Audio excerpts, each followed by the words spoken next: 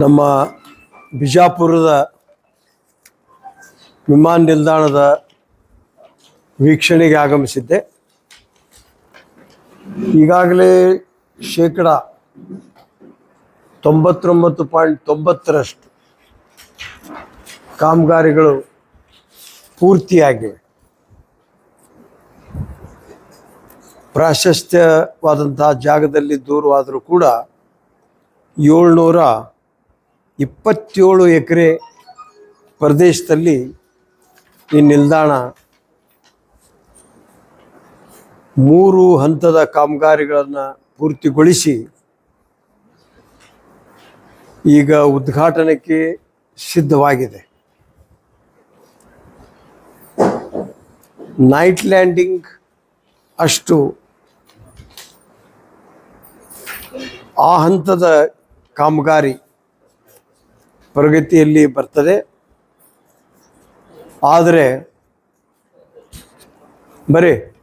ಆದರೆ ಸುಪ್ರೀಂ ಕೋರ್ಟಿನ ಒಂದು ಆದೇಶಕ್ಕಾಗಿ ನಾವು ಕಾಯ್ತಾ ಇದ್ದೇವೆ. ಪರಿಸರ ಇಲಾಖೆಯ ಅನುಮತಿ ಮೊದಲೇ ಪಡೆಯದ ಕಾರಣದಿಂದ ಗೂಗಲ್ನಲ್ಲಿ ಕೆಲವು ಸಂಘಟನೆಗಳು ಅದನ್ನು ಪತ್ತೆ ಮಾಡಿ ಸುಪ್ರೀಂ ಕೋರ್ಟ್ನಲ್ಲಿ ದಾವಾ ಹೂಡಿದ್ದರಿಂದ ಆ ದಾವಾದ ಚರ್ಚೆ ಕಂಪ್ಲೀಟ್ ಆಗಿದೆ. ಅಂದರೆ ಆರ್ಗ್ಯುಮೆಂಟ್, ಜಜ್ಮೆಂಟಿಗಷ್ಟೇ ಉಳಿದಿರ್ತಕ್ಕಂಥ ಕೆಲಸ. ಅಲ್ಲಿ ನಮ್ಮ ಸಂಬಂಧಪಟ್ಟ ವಕೀಲರನ್ನು ನಾವು ಸಂಪರ್ಕಿಸಲಾಗಿ ವಕೀಲರ ಪಾಲಿನ ಕೆಲಸ ಮುಗಿದು ಹೋಗಿದೆ. ನ್ಯಾಯಾಧೀಶರು ಡಿಕ್ಟೇಷನ್ ಕೊಡುವ ಹಂತದಲ್ಲಿರುವುದರಿಂದ ಬಹುಶಃ ಈ ವಾರೊಪ್ಪತ್ತಿನಲ್ಲಿ ಅದು ಕೂಡ ಪೂರ್ತಿ ಆಗಬಹುದನ್ನುವಂಥ ಒಂದು ಅಂದಾಜು. ಈ ಕಾರಣಕ್ಕೆ ಅವಶ್ಯಕತೆ ಬಿದ್ದರೆ ಸೋಮವಾರ ಅಥವಾ ಮಂಗಳವಾರ ನಮ್ಮ ಸುಪ್ರೀಂ ಕೋರ್ಟ್ ವಕೀಲರನ್ನು ಭೇಟಿಯಾಗುವಂಥ ಕಾರ್ಯಕ್ರಮವನ್ನು ಕೂಡ ಇಟ್ಕೊಂಡಿದ್ದೇವೆ. ಸೊ ಅದು ಒಂದು ಮುಗಿದುಬಿಟ್ರೆ ನಾವು ಕೆಲವೇ ದಿವಸಗಳಲ್ಲಿ ಲೋಕಾರ್ಪಣೆ ಮಾಡುವುದಕ್ಕೆ ಸಿದ್ಧರಾಗುವಷ್ಟರ ಮಟ್ಟಿಗೆ ಕಾಮಗಾರಿ ಪೂರ್ತಿಯಾಗಿದೆ. ಈ 727 ಎಕರೆಯಲ್ಲಿ 347 ಎಕರೆ ಸರ್ಕಾರದ ಭೂಮಿ ಇದೆ, 379 ಎಕರೆ ಖಾಸಗಿ ಭೂಮಿ ಇದೆ. ಈ ವಿಮಾನ ನಿಲ್ದಾಣದ ಕಾಮಗಾರಿಗೆ ಎಷ್ಟು ಜಾಗ ಬೇಕು ಅಷ್ಟು ಜಾಗ ಸಾಕಷ್ಟಿದ್ದು, ಭಾಳ ಆದರೆ ಒಂದು 100-120 ಎಕರೆ ಹೆಚ್ಚುವರಿಯಾಗಿ ಉಳಿಬಹುದು. ಅದು ಸ್ವಾಭಾವಿಕ. ನಾವು ಎಲ್ಲೇ ಏರ್ಪೋರ್ಟ್ ಮಾಡುವಾಗಲೂ 50 ಎಕರೆ 100 ಎಕರೆ ಹೆಚ್ಚಿಗೆ ಮುಂದಿನ ಒಂದು ಅಭಿವೃದ್ಧಿಗೆ ಇಟ್ಕೊಂಡಿರ್ತೇವೆ. ಈ ತಿಂಗಳ ಮುಗಿಯುವುದರೊಳಗಾಗಿ ನಾವು ನ್ಯಾಯಮೂರ್ತಿಗಳ ನಿರ್ಣಯವನ್ನು ಪಡಿಬೋದು ಅನ್ನುವಂಥ ಆಕಾಂಕ್ಷೆಯಲ್ಲಿದ್ದೇವೆ. ಆದರೂ ಕೂಡ ಅದು ಆಡಳಿತಕ್ಕೆ ಸಂಬಂಧಪಡದೆ ಒಂದು ವ್ಯವಸ್ಥೆ ಆದದ್ದರಿಂದ ಅದನ್ನು ಅವರೇ ಮಾಡಬಹುದು ಅನ್ನುವಂಥ ನಿರೀಕ್ಷೆಯಲ್ಲಿದ್ದೇವೆ.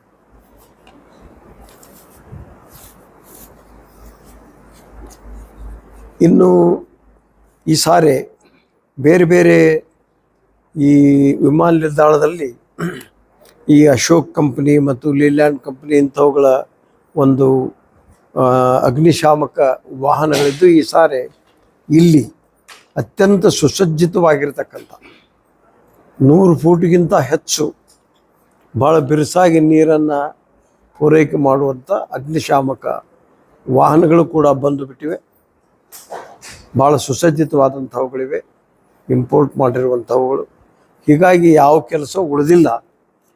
ನಾವು ನ್ಯಾಯಮೂರ್ತಿಗಳ ನಿರ್ಣಯವನ್ನು ಎದುರು ನೋಡಿ ಅದು ಮುಗಿದ ತಕ್ಷಣ ಪ್ರಾರಂಭ ಮಾಡ್ತೀವಿ. ಗುಲ್ಬರ್ಗ ಏರ್ಪೋರ್ಟ್ ಚಾಲು ಆದರೂ ಕೂಡ ಅಲ್ಲಿ ಇದು ಫ್ಲೈಟ್ಗಳು ಕಡಿಮೆ ಆಗುತ್ತೆ, ಕೆಲವು ಹಿಂಪಡೆದಾರೆ ಅಂತೇಳಿ ಏನೋ ವಿಷಯ ಬಂದಿತ್ತು. ಅದು ನಮ್ಮ ಈ ಇಲಾಖೆಗೆ ಸಂಬಂಧ ಬರೋದಿಲ್ಲ. ಅದು ಅಲ್ಲ, ಏರ್ ಇಂಡಿಯಾ ಇದಕ್ಕೆ ಸಂಬಂಧ ಬರ್ತದೆ. ನಮ್ಮ ಪಾಲಿನ ಕರ್ತವ್ಯ ಅಲ್ಲಿ ಮುಗಿದು ಹೋಗಿದೆ. ಬಟ್ ಯಾಕೆ ಬಂದಾಗಿದೆ ಅನ್ನುವಂಥದ್ದು ಬಹುಶಃ ಒಬ್ಬೊಬ್ಬರು ಒಂದೊಂದು ಹೇಳ್ತಾರೆ, ಪ್ಯಾಸೆಂಜರ್ ಇರೋದಿಲ್ಲ ಅಂತಲೇ ಹೇಳ್ತಾರೆ, ಇಲ್ಲ ಅನ್ನೋದನ್ನು ಮಾತ್ರ. ಈಗ ನಾವು ಪ್ಯಾಸೆಂಜರ್ ಎಷ್ಟರ ಮಟ್ಟಿಗೆ ಬೇಕಂದರೆ ಶಿವಮೊಗ್ಗದಲ್ಲಿ ಹೊಸದಾಗಿ ಪ್ರಾರಂಭ ಮಾಡಿದ್ದೀವಿ, ನಮ್ಮ ಕಾರ್ಪೊರೇಷನ್ನ ಹಂತದಲ್ಲಿ ಇರುವಂಥದ್ದು. ನಾವು ಮೊನ್ನೆ ಅಲ್ಲಿ ನೋಡಿದಾಗ 100 ಸೀಟ್ನಲ್ಲಿ 85-90 ಜನ ಇರ್ತಾರೆ, ಏನೂ ಕೊರತೆ ಆಗಿಲ್ಲ. ಇನ್ನು ಅವರ ಡಿಮಾಂಡ್ ಪ್ರಕಾರ ಶಿವಮೊಗ್ಗ ಬಾಂಬೆ ನೀವು ಟಚ್ ಮಾಡಿಸಿದ್ರೆ ಶಿವಮೊಗ್ಗದಲ್ಲಿರ್ತಕ್ಕಂಥ ಫಾರಿನ್ನಲ್ಲಿರುವಂಥವ್ರು ಬಾಂಬೆ ಮುಖಾಂತರ ಫಾರಿನ್ಗೆ ಹೋಗೋದಕ್ಕೆ ಸಾಧ್ಯತೆ ಅನ್ನೋ ಡಿಮಾಂಡ್ ಇವೆ, ಬಂದಾಗುವಂಥದ್ದಿಲ್ಲ. ಗೋವಾಕ್ಕೂ ತುಂಬಿ ಹೋಗ್ತದೆ, ತಿರುಪತಿಗೂ ತುಂಬಿ ಹೋಗುತ್ತೆ, ಬೆಂಗಳೂರಿಗೂ ಕೂಡ ಸೀಟೇನು ಯಾವ ಖಾಲಿ ಇರುವುದಿಲ್ಲ. ಮತ್ತು ನನ್ನ ನಿರೀಕ್ಷೆ ಇದು ಬಿಜಾಪುರದ ಈ ಏರ್ಪೋರ್ಟ್ ಬಹಳಷ್ಟು ಜನೋಪಯೋಗಿ ಆಗ್ತದೆ ಅನ್ನುವಂಥದ್ರಲ್ಲಿ ಸಂಶಯ ಇಲ್ಲ. ಮಾರ್ಕೆಟಿಂಗ್ ಮತ್ತು ಇಲ್ಲಿ ದ್ರಾಕ್ಷಿ ಇನ್ನೊಂದು ಬೆಳೆಗಾರರಿಗೂ ಕೂಡ ಎಕ್ಸ್ಪೋರ್ಟ್ ಮಾಡೋದಕ್ಕೆ ಸಪ್ರೇಟ್ ದಾಳಿಂಬರಿ, ಪ್ರೇಕ್ಷಣೀಯ ಸ್ಥಳಗಳು ಗೋಲ್ಗುಂಬಜ್ ಇದೆಲ್ಲ ಲಿಂಬೆಹಣ್ಣು ಸರ್ ಪ್ರೇಕ್ಷಣೀಯ ಸ್ಥಳ ಪ್ರೇಕ್ಷಣೀಯ ಇದೆ. ಮತ್ತು ಐತಿಹಾಸಿಕ ಆದಿಲ್ ಶಾಹಿ ಕಾಲದಲ್ಲಿರುವಂಥ ಕೆಲವೊಂದು ಪ್ರೇಕ್ಷಣೀಯ ಸ್ಥಳಗಳು, ಹೇಗೆ ಅಲ್ಲಿ ಬಾದಾಮಿಯಲ್ಲಿ ಚಾಲುಕ್ಯರ ಸಂದರ್ಭದಲ್ಲಿಯ ಒಂದು ಐತಿಹಾಸಿಕತೆ ಇಲ್ಲಿ ಈ ಇತ್ತೀಚಿನ 17ನೇ ಶತಮಾನ ಒಂದು ಇದೆ ಅನ್ನುವಂಥದ್ದು, ಅದು ಕೂಡ ಅನುಕೂಲ ಆಗ್ತದೆ. ಭಾಳಷ್ಟು ಫಾರಿನರ್ಸ್ ಬಂದು ಹೋಗ್ತಾರೆ. ಸರ್, ಈಗ ಈ ಮಂತ್ ಎಂಡ್ ಆಲ್ಮೋಸ್ಟ್ ತೀರ್ಕೊಂಡು ನಿಮ್ದು ಉದ್ಘಾಟನೆ ಆಯಿತು ಅಂದರೆ ಈಗ ಯಾರು ವಿಮಾನ ಸಂಸ್ಥೆಗಳು ಎಲ್ಲ ಈಗ ಇದು ಮಾಡಿದ್ದಾರೆ ಸರ್, ಟ್ರಿಪ್ ಇಲ್ಲಿಂದ ಆರಂಭಿಸಲಿಕ್ಕೆ ಮುಂದೆ ಬಂದಿದ್ದಾರೆ? ಅದರಲ್ಲಿ ಏನು ಕೊರತೆ ಇಲ್ಲ. ನಮ್ಮದೇ ಈಗ ನಾವು ಎನ್ವಿರಾನ್ಮೆಂಟ್ ಕ್ಲಿಯರ್ ಆದಮೇಲೆ ನಾವು ಆಫರ್ ಮಾಡೋದು. ಈಗ ಈ ಉಡಾನ್ ಯೋಜನೆ ಕೋರ್ಟ್ನಲ್ಲಿ ಇರುವುದರಿಂದ ಯಾವುದನ್ನು ನಾವು ಮುಂದುವರ್ಸೋದಕ್ಕೆ ಬರೋದಿಲ್ಲ. ಯಾರು ಬಂದೇ ಬರ್ತಾರೆ. ಈಗ ಕಾಂಪಿಟೇಷನ್ ಐತಲ್ಲ, ನಿಮ್ಮ ಉಡಾನ್, ನಿಮ್ಮ ಇದು ಯಾವುದು ಇನ್ನೊಂದು ಇಂಡಿಗೋ, ಸಾಕಷ್ಟು ಈಗ ಸೊಲ್ಲಾಪುರದ ಇಲ್ಲೇ ಇರೋದು ಲಾಸ್ಟ್ ಮಂತ್ ಇಂದ ಆರಂಭ ಮಾಡ್ಬಿಟ್ಟಿದ್ದಾರೆ. ಹಂಗಾಗಿ ಇಲ್ಲಿ ಡಿಮ್ಯಾಂಡ್ ಆಗುತ್ತೋ ಇಲ್ಲ, ಭಾಳ ದೂರನೂ ಇಲ್ಲ. ಎಲ್ಲೇ ಸೊಲ್ಲಾಪುರದ ಎರಡನ್ನೂ ಇಲ್ಲಿಂದ 100 ಕಿಲೋಮೀಟ್ರ್ 100-150 ಕಿಲೋಮೀಟ್ರ್ ಆಗುತ್ತೆ. ಅದು ಆ ಪ್ರದೇಶಕ್ಕೂ ಈ ಪ್ರದೇಶಕ್ಕೂ ಸಂಬಂಧ ಬರೋದಿಲ್ಲ. ಇಲ್ಲಿಂದ ಬಾಂಬೆಗೆ ಡೈರೆಕ್ಟಾಗಿ ಹೋಗೋರು ಸಾಕಷ್ಟು ಜನ ಇದ್ದಾರೆ, ಬೆಂಗಳೂರಿಗೆ ಹೋಗೋರು ಇದ್ದಾರೆ, ಡೆಲ್ಲಿಗೆ ಹೋಗೋರು ಇದ್ದಾರೆ, ಫಾರಿನ್ಗೆ ಹೋಗೋರು ಇದ್ದಾರೆ. ಕಲಬುರಗಿ ವಿಮಾನನೇ ಸೊಲ್ಲಾಪುರಕ್ಕೆ ಇದು ಮಾಡಿದ್ದು, ಡೈವರ್ಟ್ ಮಾಡಿದ್ದು ಅಂತ ಅಲ್ಲ. ಕಲಬುರಗಿಯಲ್ಲಿ ಏನು ಹಾರಾಟ ಮಾಡ್ತಿದ್ದಲ್ಲ, ಅದನ್ನೇ ಸೊಲ್ಲಾಪುರಕ್ಕೆ ಹೋಗಿ ಅದನ್ನ ಡೈವರ್ಟ್ ಮಾಡ್ಕೊಂಡು ಅಲ್ಲಿಂದ ಕಾರ್ಯಾಚರಣೆ ಆರಂಭಿಸಿದ್ದಾರೆ. ಈಗ ಬಂದಾಗಿರೋ ಸಂದರ್ಭದಲ್ಲಿ ಹೆಂಗೆ ಮಾಡಿರ್ಬೋದು. ಅಲ್ಲಲ್ಲ, ಅದು ಬಂದಾಗ ಒಂದೇ ಇತ್ತು. ಈಗ ಕಲಬುರಗಿಯಿಂದ ಇಲ್ಲಿ ಬಂದ್ ಮಾಡಿ ಅಲ್ಲಿಗೆ ತಗೊಂಡು ಹೋದ್ರು. ಅದ್ರ ಬಗ್ಗೆ ಸಂಪೂರ್ಣ ವಿವರಣೆ ನನ್ನ ಹತ್ರ ಇಲ್ಲದೆ ಇರೋವಾಗ ಕೆಲವು ಅಥಾರಿಟೇಟಿವ್ಗೂ ಸಂಬಂಧ ಬರ್ತವೆ. ಈ ವಿಮಾನ ನಿಲ್ದಾಣದ ರಸ್ತೆಗಳು ಆಗಿಲ್ಲ ಎಲ್ಲ ಯಾವುದಾಗಿಲ್ಲ. ಇಲ್ಲಿಗೆ ನಮ್ಮ ರನ್ವೇ ರಸ್ತೆ ಆಗಿದೆ, ಆ ವಿಮಾನ ನಿಲ್ದಾಣಕ್ಕೆ ರಸ್ತೆ ಮುಗಿದಿದೆ, ಯಾವ ಕಾಮಗಾರಿ ಪೆಂಡಿಂಗ್ ಇಲ್ಲ. ಇಲ್ಲಾಂದ್ರೆ 99.90 ವರ್ಕ್ ಕಂಪ್ಲೀಟ್ ಆಗಿದೆ ಅಂತ ನಾವು ಹೆಂಗೆ ಹೇಳ್ತೀವಿ. ರನ್ವೇ ಮುಗಿದಿದೆ. ರಸ್ತೆ ಅದನ್ನ ಮರ್ಸ್ಕೊಂಡು ಸಪರೇಟ್ ಕನೆಕ್ಟಿಂಗ್ ರೋಡ್ ಬಗ್ಗೆ ಮಾತಾಡೋದು. ಅದು ಇದೆ. ಈಗ ಆಲ್ರೆಡಿ ಕನೆಕ್ಟಿವಿಟಿ ಇದೆ. ಒಂದು ಮಾದಾಪುರ ಕಡೆಯಿಂದ ಇದೆ, ಇನ್ನೊಂದು ಗುಣಾಪುರ ಕಡೆಯಿಂದ ಇದೆ. ಸೆಂಟರ್ನಲ್ಲಿ ಈಗಂತೂ ಅಲ್ಲಿ ಕಮ್ಯುನಿಕೇಶನ್ಗೆ ಏನು ಪ್ರಾಬ್ಲಮ್ ಇಲ್ಲ, ಆಯ್ತಾ. ಈಗ ಡೆಡಿಕೇಟೆಡ್ ಲೈನ್ ಅಂತ ಈಗೇನು ನಮ್ದು ಏರ್ಪೋರ್ಟ್ಲಿಂದ ಬಂದು 4 ಲೈನ್ ಬರ್ತಾ ಇದೆಯಲ್ಲ, ಆ 4 ಲೈನ್ ಸ್ಟ್ರೇಟ್ ಆಗಿ NH ಕನೆಕ್ಟ್ ಮಾಡ್ತಕ್ಕಂಥದ್ದು ಈ ಸೆಕೆಂಡ್ ಫೇಸ್ ನಲ್ಲಿ ಶಾಂಕ್ಷನ್ ಆಗಿದೆ. ಆ ರೋಡ್ ಇದೆ, ಮಂಜೂರಾತಿ ಆಗಿದೆ. ಡೆಡಿಕೇಟೆಡ್ ಲೈನ್ ಇವೆಲ್ಲ ಆದ್ಮೇಲೆ ಪ್ರಾರಂಭ. ಸೊ ಅದನ್ನು ಕೂಡ ಭೂಸ್ವಾಧೀನ ಪ್ರಕ್ರಿಯೆಗೆ NH ಅಂದ್ರೆ ಯಾವ ಕಲಬುರಗಿ NH ಅಥವಾ ಈ Solapur Kalaburagi NH connectivity. Sir, MB ಪಟ್ಲು ಇದಕ್ಕೆ ಇನ್ಫ್ರಾಸ್ಟ್ರಕ್ಚರ್ ಮಿನಿಸ್ಟರ್ ಇದ್ದಾರೆ. ಅವರು ಒಂದು ಲಾಸ್ಟ್ ಟೈಮ್ ಏನು ಹೇಳಿದಾಗ, ಈಗ ಎಲ್ಲವೂ ನಾವು ಸೆಟಪ್ ಮಾಡ್ತೀವಿ, ಏರ್ಪೋರ್ಟ್ ಸೆಟಪ್ ಮಾಡಿದ್ಮೇಲೆ ಅದಕ್ಕೆ ಸೆಂಟ್ರಲ್ ಗೌರ್ಮೆಂಟ್ ಅವರು ಮೇಂಟೈನ್ ಮಾಡಿಬಿಡ್ತಾರೆ. ಅದಕ್ಕೆ ಅವ್ರಿಗಿಂತ ಮತ್ತು ಅವ್ರು ಫೀಸ್ ತಗೋತಾರೆ ರಾಜ್ಯ ಸರ್ಕಾರದಿಂದ ಮೇಂಟೆನೆನ್ಸ್. ಅದ್ರ ಬದಲಾಗಿ ನಾವು ರಾಜ್ಯ ಸರ್ಕಾರ ಇದನ್ನು ಮೇಂಟೈನ್ ಮಾಡ್ತೀವಿ, ಅದಕ್ಕೊಂದು ನಿರ್ಣಯ ಮಾಡಕ್ಕೆ ಪ್ಲಾನ್ ಮಾಡ್ತೀವಿ ಅಂತ ಏನೋ ಹೇಳಿದ್ರು. ಸಂಪೂರ್ಣ ತೀರ್ಮಾನ ಅದು. ಇವೆಲ್ಲ ನಂತರ ಆಗುವಂಥ ತೀರ್ಮಾನ. ಶಿವಮೊಗ್ಗ ಆಲ್ರೆಡಿ ಏರ್ಪೋರ್ಟ್ ಆಗೈತಿ, ಗುಲ್ಬರ್ಗ ಏರ್ಪೋರ್ಟ್ ಆಗೈತಿ. ಸೊ ಅದನ್ನ ಸರ್ಕಾರ ರಾಜ್ಯ ಸರ್ಕಾರ ಮೇಂಟೈನ್ ಮಾಡ್ಬೇಕು ಅನ್ನುವಂತ ಅದ್ರ ಬಗ್ಗೆ ಡಿಸಿಷನ್ ಆಗಿಲ್ಲ ಸರ್. ಏನಾದ್ರೆ ಅಗ್ರಿಮೆಂಟ್ ಅಲ್ಲಿ ಆಧಾರದ ಮೇಲೆ ಅಗ್ರಿಮೆಂಟ್ ಹೊಸ ಏರ್ಪೋರ್ಟ್ ಬಗ್ಗೆ ಏನ್ ಸರ್ ಬೆಂಗಳೂರಲ್ಲಿ ಹೊಸ ಏರ್ಪೋರ್ಟ್ ನಲ್ಲಿ ಈಗ ಬೆಂಗಳೂರಲ್ಲ ಅಲ್ಲ, ಅದು ಇದು ಏರ್ ಇಂಡಿಯಾ ಇವೆಲ್ಲ ಸಂಬಂಧಪಟ್ಟಂತ ಅಲ್ಲ ಸರ್, ನಮಗೆ ಇಲ್ಲ ಹಾಗೆ ತಮ್ಮ ಇಲಾಖೆ ಏನೇನು ಬರ್ತದೆ? ಇಲಾಖೆ ಅಂತಂದ್ರೆ ನಮ್ಗೆ ಮೂಲ ಸೌಕರ್ಯವನ್ನ ಮಾಡಿಕೊಡುವುದು ನಮ್ಮ ಕಾರ್ಪೊರೇಷನ್ ಕೆಲಸ.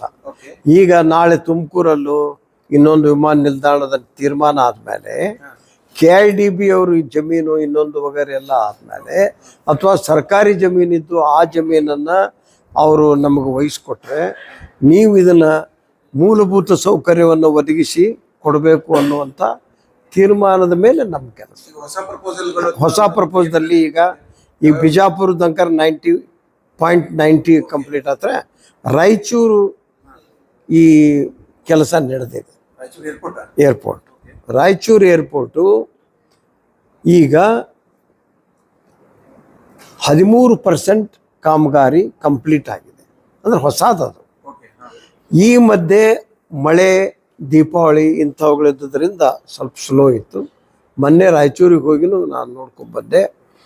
ಈಗ 13-14% ವರ್ಕು ವೇಗದಲ್ಲಿ ಸಾಗ್ತಾ ಇದೆ.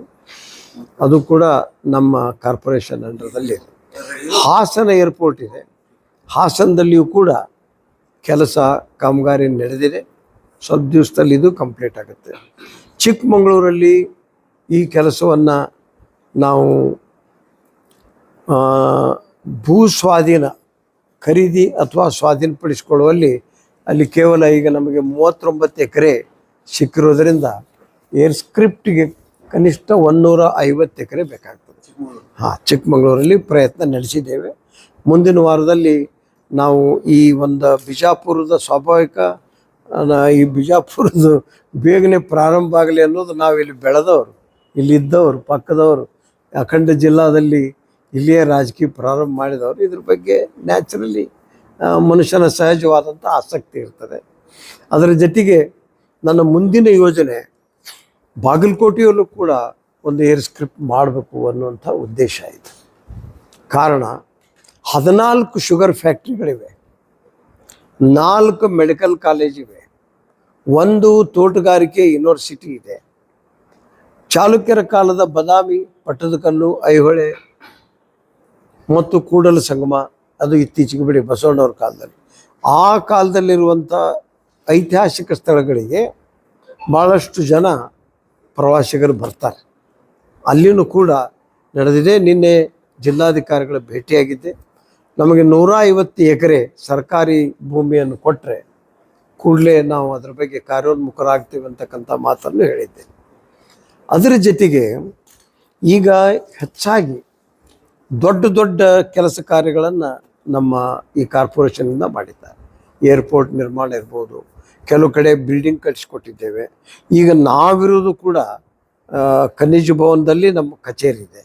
ಅಲ್ಲಿ ಒಟ್ಟು 6 ಫ್ಲೋರು ನಮ್ಮ ಕಾರ್ಪೊರೇಷನ್ ಅಂಡರ್ದಲ್ಲೇ ಇರ್ತಕ್ಕಂಥದ್ದು. ಇಲ್ಲಿ ಒಂದು ಯೋಜನೆ ಏನಿದೆ ಅಂದರೆ, ಸರ್ಕಾರ ಭೂಮಿ ಕೊಟ್ಟರೆ ನಾವು ಅಲ್ಲಿ ಮೂಲ ಸೌಕರ್ಯವನ್ನು ಮಾಡಿಕೊಟ್ಟು 30 ವರ್ಷದ ನಂತರ ಆ ಬಿಲ್ಡಿಂಗನ್ನು ಸರ್ಕಾರಕ್ಕೆ ವಾಪಸ್ ಕೊಡ್ತೇವೆ. ಅಂದರೆ 30 ವರ್ಷ ನಾವು ಕಾರ್ಪೊರೇಷನ್ನವರು ಅದರ ಮೇಂಟೈನ್ ಮಾಡೋದು, ಅದ್ರ ಬಾಡಿಗೆ ತೊಳೆದೆಲ್ಲ ಮಾಡ್ತೇವೆ. ಇದೇ ರೀತಿ ಒಂದು ಯೋಜನೆಯಲ್ಲಿ ನನ್ನ ಆಲೋಚನೆ, ಆಲ್ಮಟ್ಟಿಯಲ್ಲಿ ಸುಮಾರು 5-6 ಎಕರೆ ಜಮೀನನ್ನು KBJLನಿಂದ ಕೇಳಿ, ಒಮ್ಮೊಮ್ಮೆ ನಾವು ಹೋದಾಗ ನೀವು ನೋಡ್ತೀರಿ, ನಾವು ನೋಡ್ತೀವಿ, ಬಡ ವಿದ್ಯಾರ್ಥಿಗಳು, ಶಿಕ್ಷಕರು ಪ್ರತಿ ರವಿವಾರ ಎಲ್ಲ ಪ್ರವಾಸಿಗರು ಬರ್ತಾರೆ.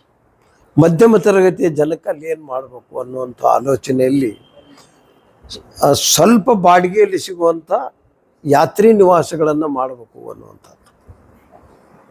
ಅಲ್ಲಿ ಎಲ್ಲಿ ವಿಶೇಷವಾಗಿ ಆಲ್ಮಟ್ಟಿ. ಈ ವಿಷಯವಾಗಿ ನಾನು MB ಪಾಟೀಲ್ ಕೂಡ ಈ ವಿಷಯ ಮಾತಾಡಿದ್ದೇನೆ, ಕಾಂಟ್ಯಾಕ್ಟ್ ಮಾಡಿದ್ದೇನೆ. ಈ ವಾರ ಮಾತಾಡೋಣ ಅಂತ ಹೇಳಿದ್ದಾರೆ. ಈಗ ಐಹೊಳೆ, ಪಟ್ಟದಕಲ್ಲು, ಬದಾಮಿ ಇದು ಐತಿಹಾಸಿಕ ಸ್ಥಳವಾದ್ದರಿಂದ ಪ್ರವಾಸೋದ್ಯಮ ಇಲಾಖೆಯವ್ರನ್ನ ಶ್ರೀಮಾನ್ HK ಪಾಟೀಲ್ರವ್ರು ಭೇಟಿಯಾಗಿ ನಮಗೆ ಅಲ್ಲಲ್ಲಿ 2-2 ಎಕರೆ 3-3 ಎಕರೆ ಜಮೀನು ಕೊಡ್ರಿ, ಸಾಮಾನ್ಯ ಪ್ರವಾಸಿಗರು ಏನು ಬರ್ತಾರೆ, ಈಗ 2,000 3,000 ಬಾಡಿಗೆ ಕೊಡುವಂಥ ಕೆಲವು ಜನರಿಗೆ ಇರೋದಿಲ್ಲ. 800 1000ದಲ್ಲಿ ಒಂದು ಡಬಲ್ ರೂಮ್ ಸಿಕ್ಕಿರಬೇಕು. ಆ ರೀತಿಯಾದಂಥ ಯೋಜನೆ ಹಾಕಿಕೊಳ್ಬೇಕಾದಂಥ ನಾವು ಈಗ ಅದನ್ನು ನಾನು ವಿಚಾರದಲ್ಲಿದ್ದೇನೆ. ಅವರನ್ನು ಜಮೀನು ಕೇಳಿದ್ದೇನೆ. ಅವರು ಈ 14-15ನೇ ತಾರೀಕಿಗೆ ಕೊಡೋಣ ಅಂತ ಹೇಳಿದ್ದಾರೆ. ಅವು ಸಿಕ್ಕು ಅಂದರೆ ಬದಾಮ್ಯಾಗ ಒಂದು ಯಾತ್ರಿ ನಿವಾಸ, ಪಟ್ಟದಕಲ್ಲಿನಲ್ಲಿ ಒಂದು ಯಾತ್ರಿ ನಿವಾಸ, ಐಹೊಳೆಯಲ್ಲಿ ಒಂದು ಯಾತ್ರಿ ನಿವಾಸ, 3 ಯಾತ್ರಿ ನಿವಾಸ ಮಾಡುವಂಥದ್ದು. ಅದರ ಜೊತೆಗೆ ನಮ್ಮ ಬಾಗಲಕೋಟೆ ಡೆವಲಪ್ಮೆಂಟ್ ಅಥಾರಿಟಿಯವ್ರಿಗೂ ಕೂಡ ನಮ್ಮ ಅಧ್ಯಕ್ಷರು ತೀರೋದ್ರಿಂದ ಜಿಲ್ಲಾಧಿಕಾರಿಗೆ ಮಾತಾಡಿದ್ದೇನೆ. ಅಲ್ಲಿ ಏನಂದ್ರೆ ನನ್ನ ವಿಚಾರ, ಈ medical college students, university students, ಈ ಜೆಂಟ್ಸ್ ಆರ್ ಲೇಡೀಸ್, ಈ 5 ಎಕರೆಯಲ್ಲಿ ಮೂಲಸೌಕರ್ಯದ ಈ ಅಭಿವೃದ್ಧಿ ಯೋಜನೆಯಲ್ಲಿ ಈ ನಿಮ್ಮ ಪೇಯಿಂಗ್ ಇರ್ತಾವಲ್ಲ ಪಿ ಜಿ ಸೆಂಟರ್ಸ್ ಟೈಪು, ಒಂದೊಂದು ಲೇಡೀಸ್ಗೆ ಒಂದು 200-300 ರೂಮು, ಜೆಂಟ್ಸಿಗೆ, ಕೆಲವು ನೌಕರಿದಾರಿಗೂ ಕೂಡ ಬೇರೆ ಬೇರೆ ದೂರದಿಂದ ಬಂದಂಥವರಿಗೆ ಮನೆ ಮಾಡಿಕೊಂಡಿರುವಂಥದ್ದು ಒಂದು ಕಾಟ್ ಹಿಡ್ಕೊಂಡು ಆ ಯೋಜನೆಯನ್ನು ಕೂಡ ಹಾಕ್ಕೊಂಡಿದ್ದೇನೆ. ಈ ತಿಂಗಳಲ್ಲಿ ನಾವು ಅದನ್ನು ಕಾರ್ಯಗತ ಮಾಡುವಲ್ಲಿ ಸಂಪರ್ಕ ಮಾಡ್ತೇನೆ ಸಂಬಂಧಪಟ್ಟ ಮಂತ್ರಿ. ಹಾಂ, ಬಾಗಲಕೋಟೆ ಸ್ಟೂಡೆಂಟ್ಗಳಿಗೆ ಅವಕಾಶ, ಸ್ಟೂಡೆಂಟ್ಗಳಿಗೆ ನೌಕರಿದಾರ. ಈಗ ಏನಾಗುತ್ತೆ ರೀ, ಗದಗಿನವ್ರು ನೌಕರಿ ಮಾಡ್ತಾರೆ, ಧಾರವಾಡದವ್ರು ಮಾಡ್ತಾರೆ, ಬಿಜಾಪುರದವ್ರು, ಅವರಿಗೆ ಸಾಮಾನ್ಯವಾಗಿ ಅವರ ವೇತನಿಗೆ ಕೈಗೆಟುಕುವಂಥ ಒಂದು ವ್ಯವಸ್ಥೆ ಮಾಡೋದು. ಅದು 30 ವರ್ಷ ಆದಮೇಲೆ BTD ಆದವರಿಗೆ ಆ ಬಿಲ್ಡಿಂಗ್ ಬಿಟ್ಟು ಕೊಟ್ಟರು. ಇಲ್ಲ, ಎಲ್ಲೆಲ್ಲಿ ಡಿಮಾಂಡ್ ಇದನ್ನು ಮಾಡ್ತಾರೆ ಅವ್ರನ್ನ ಮಾಡ್ತೀವಿ. ನಮಗೆ ಅದರದ್ದು ಕೊರತೆ ಇಲ್ಲ. ಬಿಜಾಪುರಲ್ಲೂ ಮಾಡ್ಬೋದು. ಇಲ್ಲಿ ಮೆಡಿಕಲ್ ಕಾಲೇಜ್ ಇವೆ, ಸಾಕಷ್ಟು ಇಂಜಿನಿಯರಿಂಗ್ ಕಾಲೇಜ್ ಇವೆ, ಡೆಂಟಲ್ ಕಾಲೇಜ್ ಇವೆ. ಈಗ ಆಲಿಮೆಂಟ್ ರಿಸಾರ್ಟ್ ಆಲಿಮೆಟ್ಟಿಗೆ ರಿಸಾರ್ಟ್ ಮಾಡಿದ್ರು, ಅದೇನು ಟೂರಿಸಮ್ದವ್ರದ್ದು, ಅದು ನಮ್ದಲ್ಲ. ಜಾಗ ಕೊಟ್ಟಾಗ ಟೂರಿಸಮ್ದವ್ರೆ. ಬಹುಶಃ ಜಾಗ KBJನಲ್ಲಿರ್ಬೇಕು ಏನೋ ಗೊತ್ತಿಲ್ಲ. ಬಟ್ ಅದು ನೀವು ಮಯೂರ ಟೂರಿಸಮ್ ರಿಸಾರ್ಟ್ ಆಲಿಮೆಂಟ್ ಅದೇ ಮ್ಯಾಲೆ ಗುಡ್ಡದ ಮ್ಯಾಗ ಐತಿ, ಅದೇ ಟೂರಿಸಮ್ ಡಿಪಾರ್ಟ್ಮೆಂಟ್. ಅವೆಲ್ಲ ಕಾಸ್ಟ್ಲಿ ಆಗ್ತವೆ, ಸಾಮಾನ್ಯರಿಗೆ ಕೈಗೆಟುಕೋದಿಲ್ಲ. ಅದು ಊಟ, ನಮ್ಮ ರೂಮ್ ರೆಂಟ್ ಜಾಸ್ತಿ ಇರ್ತದೆ. ಒಂದು ಇದಕ್ಕೆ ಇರಾಕ್ ಬಂದಿರ್ತಾರೆ ಪಾಪ.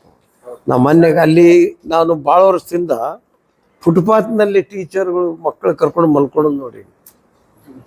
ನನಗೆ ಅಲ್ಲಿ ಪ್ರಾಥಮಿಕ ಶಾಲೆ ಅಸೋಸಿಯೇಷನ್ ಅಧ್ಯಕ್ಷ ಭೇಟಿಯಾಗಿದ್ರು, ನುಗ್ಗುಲಿ ಅಂತ. ಸರ್ ಹಿಂಗಿಂಗಿದೆ, ಇಂಥಲ್ಲಿ ಏನಾರು ಮಾಡಿರಿ ಅಂದ್ರೆ ಅದನ್ನು ಅಂಥವನ್ನು ಬರೀ ಏರ್ಪೋರ್ಟ್ ಕಟ್ಟೋದು ಸಾವುಕಾರದಂತಲ್ಲ, ಇಂಥವುಗಳಿಗೂ ನಮ್ಮ ಕಾರ್ಪೊರೇಷನ್ ಬಳಕೆ ಮಾಡುವಂಥದ್ದು. ಹಾಂ,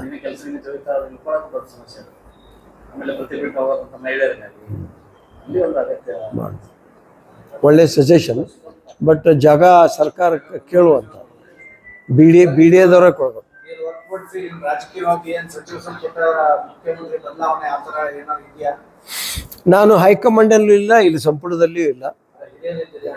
ಹಿರಿಯರು ಈಗ ಒಂದು ಕೊಟ್ಟು ಕೆಲಸ ಮಾಡ್ತಾ ಇದ್ದೀನಿ. ಇನ್ನು ಬಾಗಲಕೋಟೆ ಜಿಲ್ಲಾ ಕಾಂಗ್ರೆಸ್ ಅಧ್ಯಕ್ಷ ಇದ್ದೀನಿ, ಆ ಕೆಲಸದಲ್ಲಿ ಇದ್ದೇನೆ. ರಾಜಕೀಯ ಈಗ ಇವರು ತಮ್ಮ ಅಧ್ಯಕ್ಷರು BDT ಅವರು ಮೆಟ್ಟಿಯವರು ತಿಳ್ಕೊಂಡ್ಮೇಲೆ ಉಪಚುನಾವಣೆ ಆಗೋದು ಸಾಮಾನ್ಯ, ಉಪಚುನಾವಣೆ ಆಗಲೇಬೇಕು. ಅದರಲ್ಲಿ ತಾವು ಒಂದು one of the aspirants for that election. ನಾನು ಈಗ ಅದ್ರ ಬಗ್ಗೆ ಯಾವುದೂ ಆಲೋಚನೆ ಮಾಡಿಲ್ಲ. ಕಾರಣ, ನಮ್ಮಲ್ಲಿ ಹೆಚ್ಚಾಗಿ ಅನುಕಂಪದ ಮತ ತೆಗೆದುಕೊಳ್ಳುವಂಥದ್ದು ಒಂದು ಪ್ರೊವಿಷನ್ ಇರ್ತದೆ. ಅದನ್ನು ತಪ್ಪಿದರೆ ಇನ್ನೊಬ್ಬರಿಗೆ ಪ್ರಶ್ನೆ ಬರ್ತದೆ. ಹಾಗೇನಾದರೂ ಹೈಕಮಾಂಡ್ನವರೇ ನಿಂತರು ಅಂದ್ರೆ ನಿಂದಿರ್ತೇನೆ. ನಿಮ್ಮ ಪ್ರಕಾರ ಅವ್ರ ಫ್ಯಾಮಿಲಿಗೆ ಹೋಗ್ತೈತಿ ಟಿಕೆಟ್? ಹೆಚ್ಚು ಕಡಿಮೆ ಮೊದಲಿಂದ ನೋಡ್ಕೊತ ಬರ್ರಿ. ಹಂಗೆ ನಮ್ಮ ಮನೆಗೂ ಬಂದಿತ್ತು. ನಮ್ಮ ಅಪ್ಪಾರ MLA ಇದ್ದಾಗ ತೀರ್ಕೊಂಡಿದ್ರು. ನಮ್ಮ ಮನೆಗೆ ನಮ್ಮ ತಾಯಿಗೆ ಬಂತು. ಆಕಿ ಅವರು ಲಿಂಗ ಪೂಜಾದ ಜನ. ಇಲ್ಲಪ್ಪ, ನಾನು ಬರೀ ಪೂಜಾ ಪುರಾಣ ಓದ್ಕೊತ ಇರುವಂಥ ಹೆಣ್ಮಕ್ಳು ಇದು ಆಗೋದಿಲ್ಲ, ನೀವು ಯಾರಿಗಾರ ಕೊಡ್ರಿ, ಹಂಗಿರ್ತದೆ. Thank you sir.